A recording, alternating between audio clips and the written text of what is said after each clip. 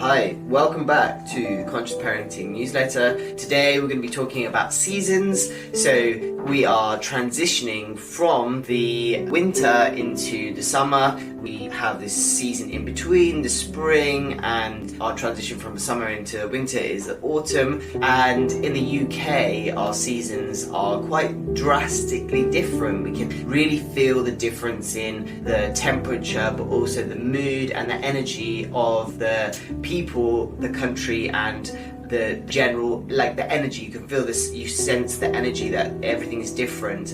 A lot of people mention this and complain about how the winter is very difficult and they find it quite immobilizing sometimes. So there's this condition called SAD, which I talk about sometimes on my Instagram. And if you're not following, you can go to Instagram, follow me on RUPINRACH, Rupin Rach at Instagram.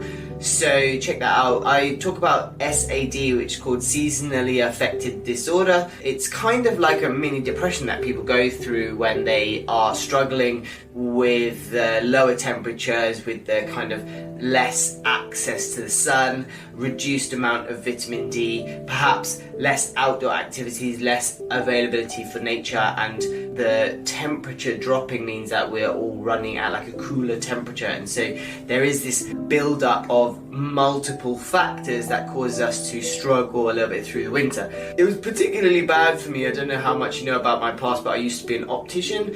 I still do some days as an optician, occasionally here and there in London right now. But one of the problems that I was really suffering from was that I never really saw the sun during the winter. So I'd arrive at work when it was dark at like 8 o'clock or something like that, 8:30. It'd be dark. And then I'd go into my testing room, which would be a light controlled room because the eye test is done in a specific lighting requirement. So the light in the room is controlled, which means that there's no windows, there's no doors, there's no access to natural light. So if it was sunny outside, I wouldn't know until perhaps my lunch break. And if I didn't go out for a walk or to spend some time outside, then I might not see the sun. And then by the time I'm going home, it's 6 o'clock perhaps, and the sun's already set.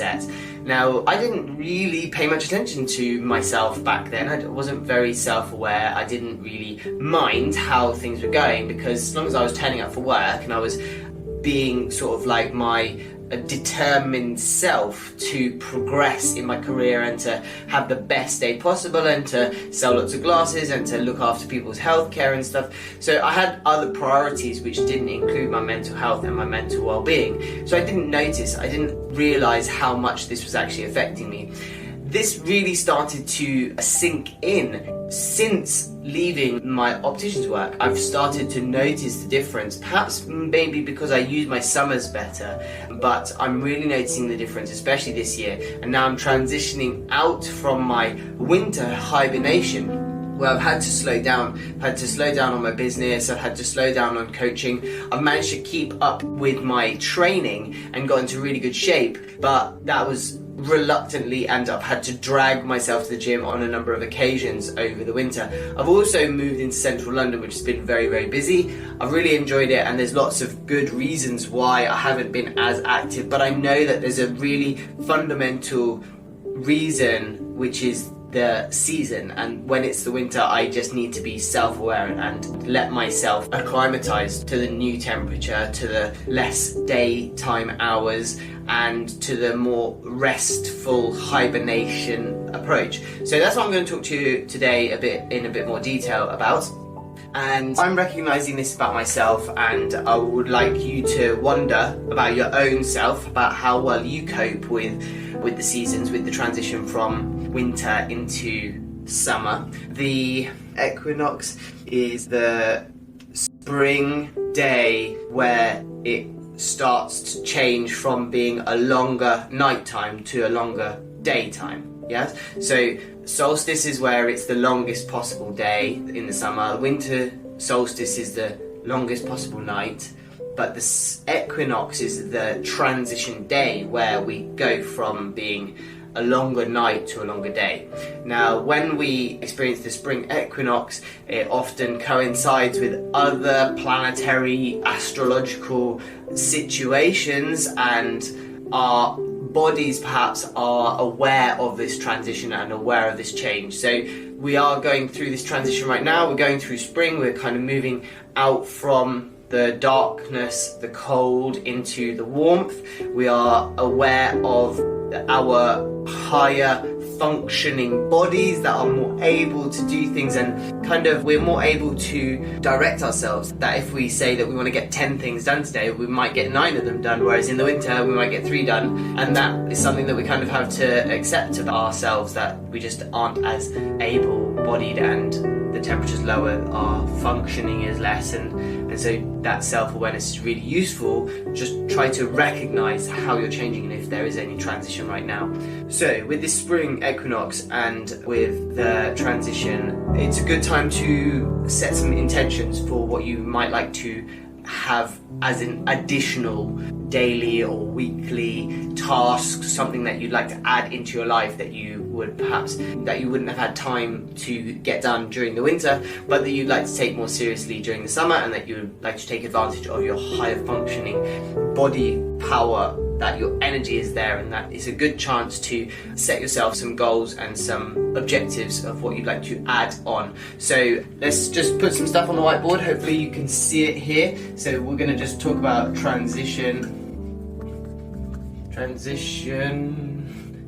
seasons is what I wanted to write there. Seasons.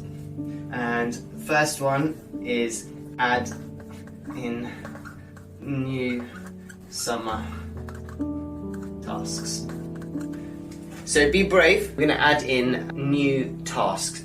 It's a great time to set yourself some intentions for the summer. What would you be happy with having achieved by the time that we come round to the autumn equinox, where the day is the same length as the night on the way transitioning from the summer into the winter. I was talking to somebody that I met at a guided meditation in London about how he reacts to the seasons, and what he was telling me was that he doesn't set an alarm in the morning, and that he keeps his curtains wide open, and that he allows himself to wake up naturally using the light, using the sun, and that he basically waits for his own body naturally to wake up.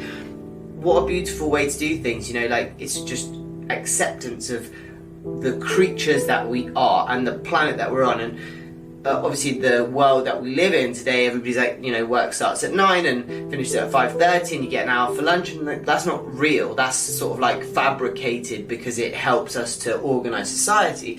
But if we were village dwelling, sort of like forest creatures like we once were, then perhaps, you know, we just would wake up when we woke up, and that would be totally fine. And maybe an alarm clock is actually a very unhealthy way for us to wake up. It blasts us out of our subconscious mind, where we are deep in thought, in our REM sleep, and it blasts us into our conscious mind straight away with anxiety and alert. So we're starting the day in a sort of fierce way, on high alert.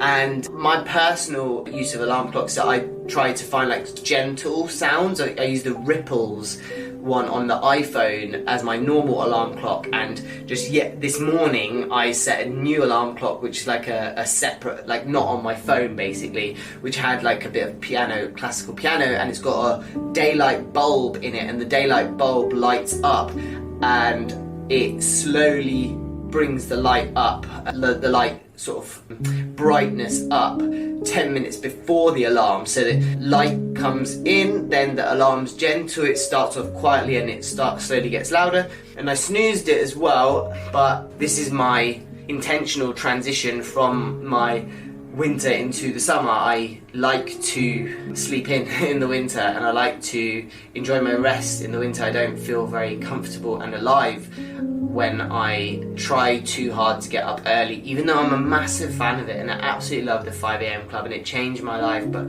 just when it comes to the winter, I just don't think I cope very well. And I have been wondering whether I might be better off in a different country, and that the Earth is tilted, right? So it's got this like axis tilt, and it's because England is quite high up from the equator that on the axis tilt you get a severe summer and a severe winter, whereas in the tropics and around the equator you just get the same amount of day and night. So I am aware that perhaps a different country might be more suitable to me, because I do enjoy working hard, I do enjoy being productive, I feel invigorated when I work hard at my practice and my business, and that I almost feel let down with myself when we're in the winter, and that I look at how much I'm getting done and wonder whether I'm doing enough. So that might be a solution for me, to move to somewhere that has a bit more of a equal summer and winter, that essentially doesn't have seasons.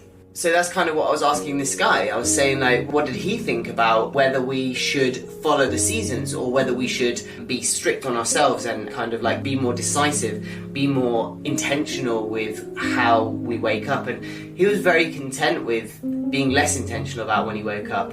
I imagine that there'd be lots of people that this wouldn't work for, because you might have deadlines and things that you need to do, and being two young independent males who working on our own businesses, we were able to kind of like discuss this in a relevant way for our lifestyle. And if anybody else has a different lifestyle that requires them to get up at a certain time, like, that's fair, and that this certainly wouldn't work for everybody, but maybe it would be something to be aware of, that we have lots of options available to us and we can be flexible about it. So are we seasonal creatures? Are we human beings? Are we creatures that require seasons? Because we have a day and a night. We also have an inhale and an exhale. We watch the tide come in and come out. Everything that we do, there's kind of like an equal and opposite duality to it. There's a negative and a positive polarity to the planet, to our own energy, our own body. Even when sort of like our heart beats, there's gaps in between the beats, as beat and not beat, and it's all about like this balance of like ebbing and flowing, and that life has this kind of like pull and push nature to it. So are we supposed to have seasons, and am I actually going to be doing damage to myself by taking myself to an environment which doesn't have seasons, especially as I've grown up in a country that does have seasons? And so I'm actually like 31 years of practice of living really hard in the summer and slowing down a lot in the winter, and maybe I might be on summer mode all year. Like, I go to Kenya sometimes because I have a lot of family there, and I really enjoy the length of the day, and actually there is a slight season, so people do wear jackets in the winter, but it's just not that bad, you know. Their winter is like a really hot day in our summer, and they will be cold and we will be hot because we're just not used to that kind of temperature, and they are totally freezing and wearing their jackets because it's like 2 or 3 degrees colder than what they're used to. And I wonder if they also hibernate during the winter because it's their winter. And so I just don't know whether this is going to be something that actually is successful for me to try and control the season within, to be like the master of my own seasons, and whether actually I just need to enjoy the quiet, slow down hibernation of winter, use it to turn inwards, to cocoon, and to metamorphise into the new version of myself, which certainly has happened this year as well. I am a totally different person to who I was in autumn last year, and actually had such a difficult time in autumn. I had like a very, very big, powerful, energetic sort of, I don't know, it's like all built up and bottled up as I was trying to carry on with my summer through the winter. And then I had to release and let go of the control and try to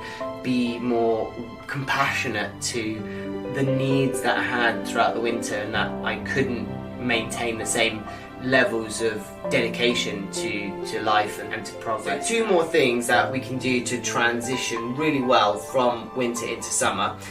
One, which you'll have heard about a lot, is called spring cleaning. Now, spring cleaning might just be something about getting rid of all of the mess, and that it's a really good excuse to kind of clear out, but I think it perhaps is a bit more mythological and more sort of like deeper and archetypal, that actually our spring cleaning is something very deep and profound, that we are clearing out all of stale energy from our winter, and that we are clearing space so that we can really get going in the summer, and so that we can really be a contributor to our own journey through the year. So let's put down number 2 here as spring clean.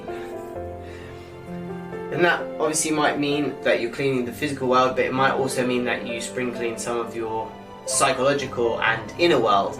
And I don't mean to get rid of that partner that you had just for the winter. It's something that one of my friends and I joke about a little bit. It's called cuffing season, which is basically like when it comes around to autumn, people, they know that they're not going to be able to meet people as much, they don't want to go out and stuff, and so they get into mini relationships for cuffing season, which is around autumn, and try and stay in that relationship through the winter, and then they get to spring and they look at what we'll call like hot boy summer as they want to exit those cuffing season relationships. So that's kind of like a spring cleaning, and this is why I'm saying it must be more mythological, foundational to human existence. It's not just about clearing out your stuff and having an excuse to clean your house, but I think it's about getting rid of the stale winter energy from the hibernation. It's like the washing and the cleansing of our winter self into the sun, into the light, into the day. So that's number 2. So number 3, I think these are in order of importance, but number 3 is going to be that you accept the version of yourself that you are right now. The summer will be something that you remember very fondly from previous years, that you might have excellent memories from when you were a teenager. I have them on my bike when I was riding around, hanging out with my friends in the forest on my bike, and then, you know, every single summer since. I was just talking to one of my mates about our Cyprus holiday that we went to a couple of years back, probably 6-7 years ago. You know, all of these things are like really fantastic summer memories, and so what I would suggest as number 3 is just accept where you are now. This summer is going to be different to any of the other summers, and the best things that you remember about the best summers aren't things which you did to try to recreate previous summers. So own that everything that you've ever done that's been amazing, beautiful and successful has been because you were doing what was right for you at that time. It's not because you tried to recreate or relive something from your past. So let go of your previous summers, let this summer be what this summer is, be present in this summer. So let it be what it will be. I hope you can see, but it does say add in new summer tasks. It says spring clean, and it says let it be what it will be. I hope those 2 things are really useful. If you have any other suggestions of how we can transition well from winter into summer, please let me know in the comments. Really love to hear from you. Otherwise, if you need me for any coaching on consciousness, on parenting, on spiritual awakening, on meditation, on entering your inner world and clearing out perhaps that spring clean inside that you need to do, I'd be very, very happy to help you. You can book yourself in for a discovery call on my website at consciousparentingcoach.co.uk. The discovery call is free, it's 30 minutes, and we can just get straight into it if you need, and I can help you immediately. If you'd like to book any further sessions, then we can negotiate and talk about how you'd like to proceed. Lovely to see you all. Thank you very much for being here and for listening to this YouTube. I will catch up with you very soon, and please like and share this video. See you all. Bye.